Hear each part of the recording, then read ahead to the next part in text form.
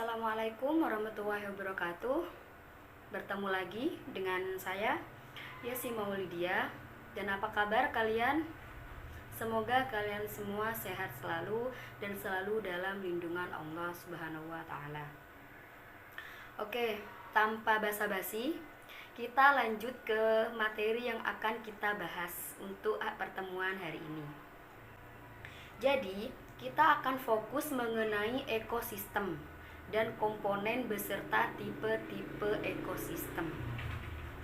Oke, kita lanjut ya kepada materi yang akan kita bahas.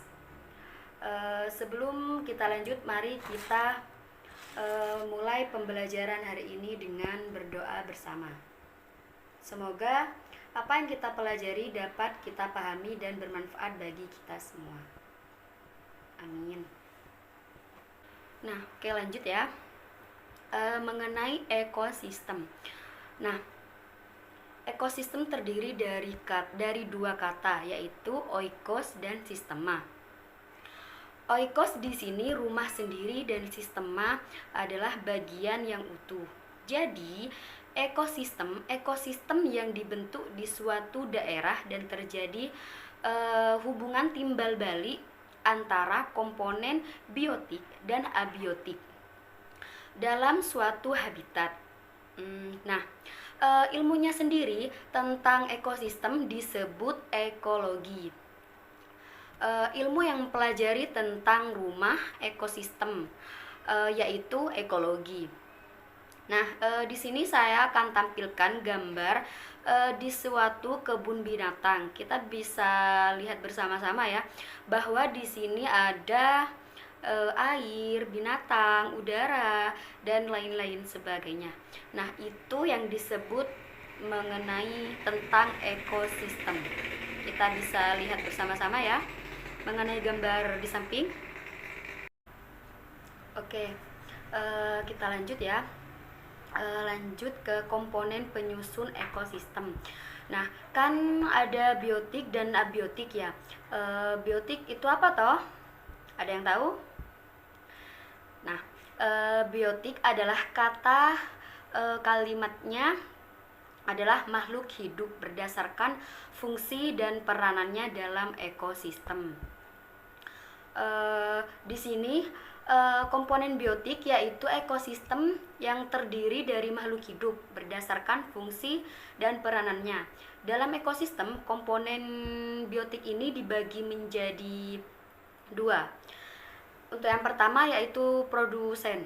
Nah, untuk produsen sendiri yaitu makhluk hidup yang dapat menghasilkan zat makanannya sendiri, atau bisa kita sebut dengan autotrof.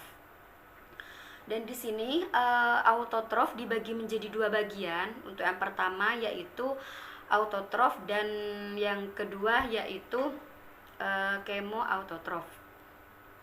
Nah, untuk fotoautotrof yaitu organisme autotrof yang mengubah bahan organik menjadi bahan anorganik dengan bantuan energi cahaya. Contohnya tumbuhan hijau dan alga.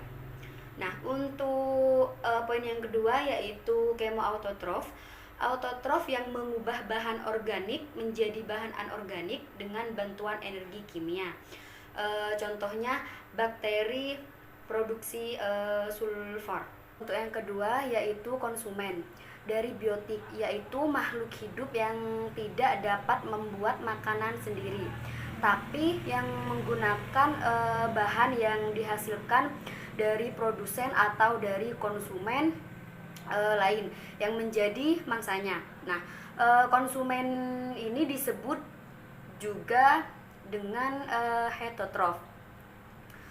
Nah, kan kalau produsen itu autotrof. Nah, kalau yang ini, kalau konsumen yaitu heterotrof, yaitu organisme yang bergantung pada organisme lain untuk memperoleh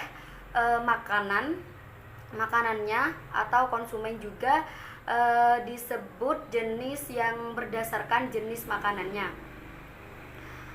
Kalau yang pemakan tumbuhan adalah eh, herbivora, yaitu contohnya sapi, rusa, dan lain sebagainya.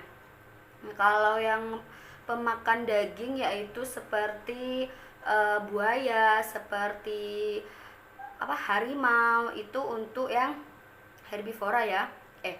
Iya, karnivora. Nah, untuk pemakan segalanya, baik itu tumbuhan maupun hewan-hewan kecil, yaitu kita bisa disebut dengan omnivora.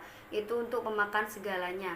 Untuk pemakan tumbuhan yaitu herbivora, dan untuk pemakan daging yaitu karnivora. Nah, di sini saya akan menampilkan beberapa contoh ya, gambar mengenai gambaran tentang herbivora, hewan herbivora, karnivora, dan omnivora. Kita bisa lihat bersama-sama ya di gambar berikut. Dan konsumen juga dibagi berdasarkan tingkat kedudukannya dalam ekosistem. Berdasarkan tingkat kedudukannya dalam ekosistem, konsumen dibedakan menjadi 3 tingkat. Untuk konsumen tingkat pertama yaitu makhluk hidup yang secara langsung memakan tumbuhan atau produsen. Dan kedudukan tingkat pertama adalah herbivora. Dan untuk selanjutnya konsumen tingkat kedua yaitu konsumen yang memakan konsumen tingkat pertama atau herbivora. Dengan kata lain, herbivora adalah konsumen tingkat kedua. Dan untuk poin yang ketiga mengenai tentang konsumen tingkat ketiga yaitu konsumen yang memakan konsumen tingkat kedua dan seterusnya.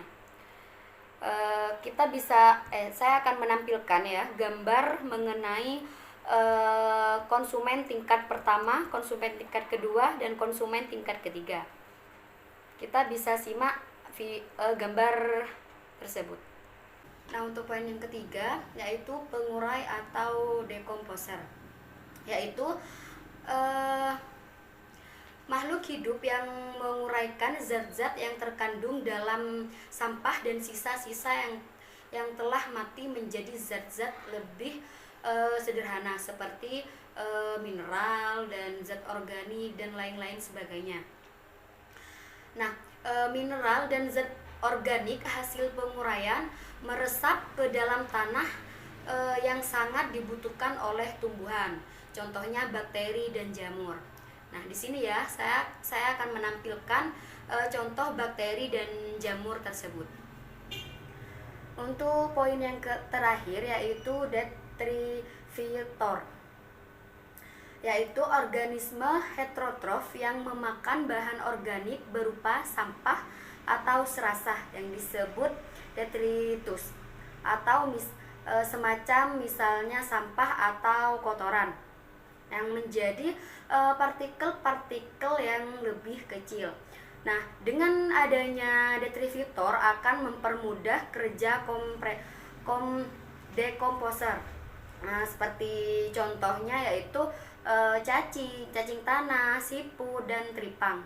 Itu mengenai detritivore. Nah, selanjutnya kita akan membahas tentang tipe-tipe ekosistem. Nah, tipe-tipe ekosistem terdiri dari 3 bagian. Nah, untuk yang pertama, ekosistem darat. Nah, ekosistem darat adalah ekosistem yang ada di daratan dan ditentukan oleh suhu dan curah hujan. Nah, ekosistem daratan tidak hanya satu jenis saja, melainkan banyak, dan setiap jenis juga memiliki ciri-ciri berbeda. Dan untuk ekosistem selanjutnya yaitu ekosistem perairan. Nah, ekosistem perairan adalah ekosistem yang lingkungannya didominasi oleh perairan. Ekosistem perairan dibedakan menjadi ekosistem air tawar dan ekosistem laut. Sementara contohnya ekosistem air lainnya adalah estuari, pantai, sungai, terumbu karang, dan ekosistem laut. Dan untuk ekosistem yang terakhir yaitu tentang ekosistem buatan. Nah, ekosistem buatan di sini atau ekosistem artifisial merupakan ekosistem yang diciptakan manusia untuk memenuhi kebutuhannya. Nah, definisi ekosistem buatan juga mencakup ekosistem yang terbentuk karena aktivitas atau usaha manusia dalam pengelolaan ataupun untuk mengadakan perubahan terhadap lahan. Nah, itu untuk ekosistem buatan. Jadi, pada suatu ekosistem tersebut dapat kita lihat interaksi antara makhluk hidup atau komponen biotik dan benda tak hidup atau komponen abiotik, contohnya seperti ikan yang habitatnya di air, cacing yang habitatnya di tanah, dan burung yang terbang di udara. Maka kita bisa menyimpulkan bahwa komponen biotik dan komponen abiotik saling bergantung satu dengan yang lainnya. Nah, mungkin itu saja yang dapat saya sampaikan. Untuk selanjutnya kita tutup ya dengan doa.